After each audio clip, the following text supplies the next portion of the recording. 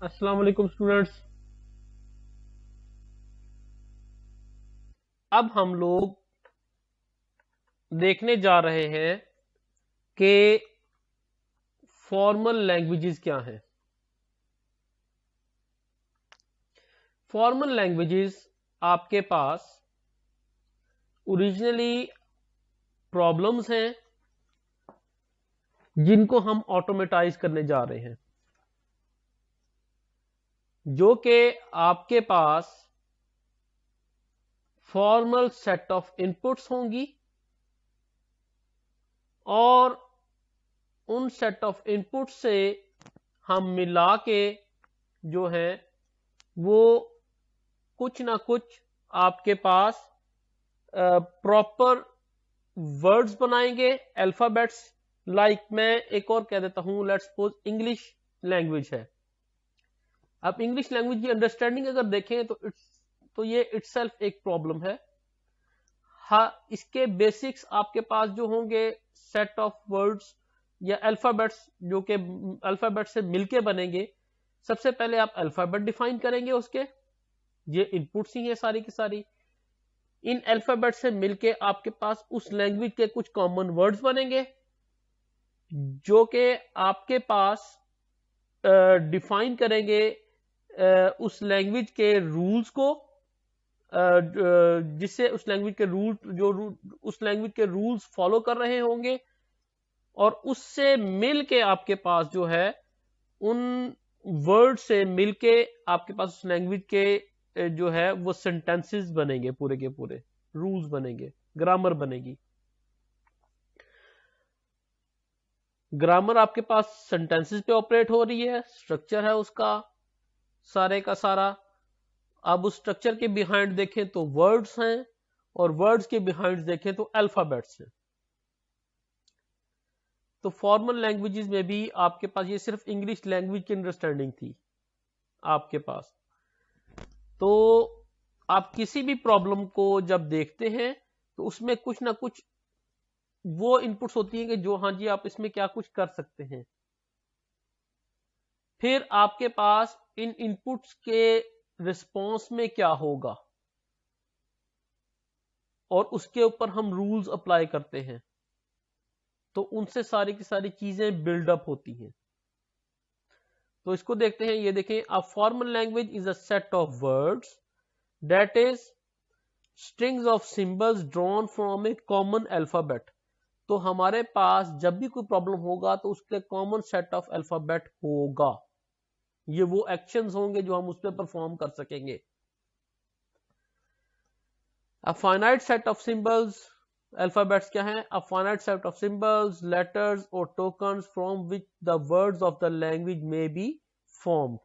ये वो आपके पास जो हैं लेटर्स भी हो सकते हैं, सिंबल्स भी हो सकते हैं, टोकन भी हो सकते हैं, और मैं कहता हूं कि ये इवेंट्स भी हो सकते हैं कि सीक्वेंस ऑफ इवेंट मिल के आपके पास कोई वर्क परफॉर्म कर रहा है। लाइक तो ये मॉड्यूल भी हो सकता है बैकएंड पे, आपकी प्रोग्रामिंग के हवाले से अगर हम देखें तो ये आपके पास क्या कॉमन अल्फाबेट से मिल के आपके पास पूरे के पूरे वर्ड्स बनेंगे। अगर उनका कॉमन अल्फाबेट्स का प्रॉपर सीक्वेंस फॉलो नहीं किया जाएगा तो वो स्ट्रिंग तो होगा, वो वर्ड नहीं होगा। स्ट्रिंग वो चीज होगी जो कि आपके पास ग्रामर फॉलो हो सकता है करे, हो सकता ना करे, लेकिन वर्ड आपके पास आपके सेट ऑफ रूल्स को लाजमी फॉलो करेगा जो आपने उस लैंग्वेज के लिए डिफाइन किए। A formal language is often defined by means of a formal grammar, also called its formation rules. ये वही रूल्स हैं जिनकी मैंने बात की है कि हर आपके पास फॉर्मल लैंग्वेज के बिहाइंड जो होंगे वो प्रॉपर सेट ऑफ रूल्स होंगे। Words that belong to a formal language are sometimes called well-formed words or well-formed formulas. तो उनको well-formed word और well-formed formulas कहते हैं जो कि belong करते हैं किसी proper formal language से। The field of formal language theory studies the purely synthetical aspect of such languages, that is their internal structural patterns। हम प्रॉपर जो है आपके पास किसी भी फॉर्मल लैंग्वेज जो स्टडी है, पूरे हम इस एस्पेक्ट को देखेंगे कि हाँ जी आपके पास इस लैंग्वेज में के स्ट्रक्चर जो है, इंटरनल स्ट्रक्चर पैटर्न जो है वो क्या है, किस तरह से चीजें अक्कर होती हैं और किन किन आपके पास वे से होकर गुजरती हैं। अब आपके पास मैं कहूं कि कंप्यूटर साइंस में अगर बात करें तो फॉर्मल लैंग्वेजेस क्या है, ये बेसिस प्रोवाइड कर रही हैं तमाम की तमाम प्रोग्रामिंग लैंग्वेजेस के लिए, जिसमें आपके पास हर वर्ड जो है वो उसका कोई ना कोई मीनिंग है या वो किसी ना किसी आपके पास रूल के साथ एसोसिएट हुआ है, जिसके बिहाइंड आप कुछ ना कुछ परफॉर्म करवाते हैं। पूरी प्रोग्रामिंग लैंग्वेजेस को देख लें आप, उसमें कोई ना कोई कीवर्ड्स होते हैं। इफ है तो वो आपके पास इफ के आगे पाई जाने वाली कंडीशंस का कंपैरिजन करेगा, लूप है तो वो उसकी टर्मिनेटिंग कंडीशंस पे गौर करेगा, उसकी इंक्रीमेंटल डिक्रीमेंटल कंडीशंस को देखता रहेगा। तो ये सारी की सारी चीजें आपके पास डिफरेंट किस्म की जो है वो आपके पास बैकएंड पे उनके लिए कोई ना कोई सिमेंटिक्स, कोई ना कोई रूल्स होते हैं। तो ये आपके पास जो है हम ये चाह रहे हैं कि आपके पास फॉर्मल लैंग्वेजेस हैं क्या, ये आपको डिफाइन करना चाह रहे थे। ये आपको उम्मीद करता हूं थोड़ी सी समझ आ गई होगी, थोड़ी सी कि बेसिकली करेक्टर्स और करेक्टर से मिलके हमारे पास उस लैंग्वेज की ग्रामर से गुजर के कुछ ना कुछ वर्ड्स बन रहे हैं जिसके बिहाइंड कुछ ना कुछ मीनिंग्स हैं। लाइक अगर मैं अपने कंप्यूटर में IF लिखता हूं इफ, अगर वो C में इफ लिख रहा है तो आपके पास इफ का कुछ और मतलब है, ठीक है। आपके पास इफ के आगे वो कोई ना कोई कंडीशन चाहेगा जिसकी बेस पे वो कंपैरिजन करेगा। अब I और F ये दोनों आपके पास अल्फाबेट करेक्टर्स हैं, कॉमन अल्फाबेट्स हैं इंग्लिश के, लेकिन आई एफ लिखूं मैं तो इसका मतलब सी में कुछ नहीं है। हाँ, it could be a variable जो आप डिफाइन करेंगे, कीवर्ड कोई नहीं है।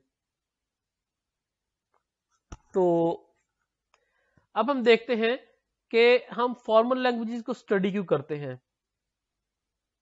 फॉर्मल लैंग्वेजेस को मेनली स्टडी इसलिए किया जाता है कि हम अपने कॉम्प्लेक्स प्रॉब्लम को प्रिसाइजली डिफाइन कर पाए। उनके लिए प्रॉपर कोई ना कोई रूल्स डिफाइन हो जाते हैं बैकएंड पे ऑटोमेटिकली, जिससे आपके पास वो काम सिस्टमेटिक होने के काबिल हो जाता है। तो इसकी एग्जांपल्स देखते हैं हम कि इसकी एग्जांपल में हम देखते हैं एक होती है फॉर्मल लैंग्वेजेस, एक होती है इनफॉर्मल लैंग्वेजेस। फॉर्मल हमारे पास, इनफॉर्मल वो हैं जिसके लिए कोई सेट ऑफ रूल्स डिफाइन नहीं है, और फॉर्मल वो होंगे जो आपके पास जिसके लिए कोई सेट ऑफ रूल्स डिफाइन है। लाइक इसने एक एग्जांपल कोड की है कि हम लोगों को उनकी जेंडर की बेस पे जॉब दे रहे हैं। ये आपके पास एक्सेप्टेबल अप्रोच तो है, लेकिन आपके पास ये लॉ के अगेंस्ट भी हो सकती है। लेकिन अगर किसी लॉ के अगर अगेंस्ट नहीं है तो ये इनफॉर्मल है। और अगर फॉर्मल में अगर बात करें कि हाँ जी आज के दौर में अगर हम जेंडर बेस्ड जॉब्स कर दें कि हाँ जी ये आपके पास जॉब है जिसमें हम सिर्फ ये जॉब इस वजह से नहीं दे रहे कि हाँ जी ये जेंडर आपके पास मेल है या आपके पास तो या ये फीमेल है, तो करंट जो सिचुएशन है उसमें एंटी डिस्क्रिमिनेशन लॉज जो हैं आपके पास, वो आपके पास ह्यूमन राइट्स वाले जो हैं वो सीरियस कंसर्न्स के साथ आपके पास जो है वो आपको कांटेक्ट कर सकते हैं। ये आपके पास फॉर्मल हो जाएगा कि हाँ जी गवर्नमेंट ने आपके पास जॉब होल्डर्स के लिए कोई फॉर्मल रूल्स बना दिए हैं, आपको ये फॉलो करने हैं। लाइक तो ये आपके पास है फॉर्मल और इनफॉर्मल लैंग्वेज। तो फॉर्मल लैंग्वेजेस जो हैं वो हम सिर्फ इसलिए स्टडी करते हैं कि आपके पास प्रॉब्लम्स के बिहाइंड जो है set of rules properly define हो जाएं और वो प्रिसाइजली आराम से वो प्रॉब्लम जो है, जो कॉम्प्लेक्स प्रॉब्लम्स हैं, वो प्रिसाइजली डिफाइन हो जाए सारे के सारे, और बाद में हम उनको ऑटोमेट कर पाए। उम्मीद करता हूं यहां तक आपको बातें समझ आ गई होंगी। यहां पे कुछ मशीन्स होंगी जो हम आपके pass through out the automata देखेंगे, वन बाय वन स्टडी करेंगे। इसमें पहली है आपके पास फाइनाइट ऑटोमेटा। इसमें आपके पास स्मॉल अमाउंट ऑफ मेमोरी होती है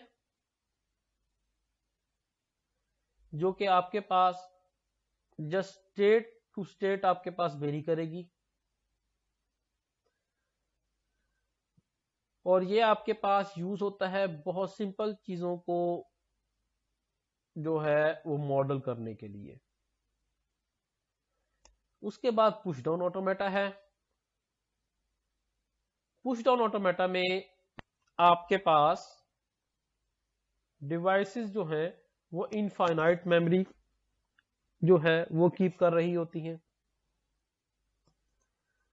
और उसके बाद ट्यूरिंग मशीन्स हैं, लेकिन आपके पास जो पुश डाउन ऑटोमेटा है वो आपके पास कुछ रिस्ट्रिक्टेड वे में काम करती है। उसके बाद ट्यूरिंग मशीन्स हैं, ये भी आपके पास डिवाइसेस विद इनफाइनाइट मेमोरी है, और ये आपके पास रियल कंप्यूटर्स हैं। और उसके बाद आपके पास टाइम बाउंडेड ट्यूरिंग मशीन्स हैं, इसमें भी इनफाइनाइट मेमोरी पाई जाती है, लेकिन आपके पास टाइम बाउंडेड है, आपके पास के एक जॉब है, उसने लिमिटेड टाइम में इसको खत्म करना है। तो ये कंप्यूटर जो है आपके पास वो रीजनेबली फास्ट होते हैं as compare to others these machines, कि अगर आपके पास इतने टाइम में ये जॉब परफॉर्म नहीं हो पाती तो आपके पास जो है वो कोई नुकसान हो सकता है लाइक। तो हमें रिस्ट्रिक्ट किया गया है कि हाँ जी ये जॉब इतने टाइम में परफॉर्म हो जानी चाहिए। तो टाइम बाउंडेड ट्यूरिंग मशीन्स हैं। उम्मीद करता हूं यहां तक चीजें आपको कुछ ना कुछ समझ आई होंगी, थोड़ी बहुत।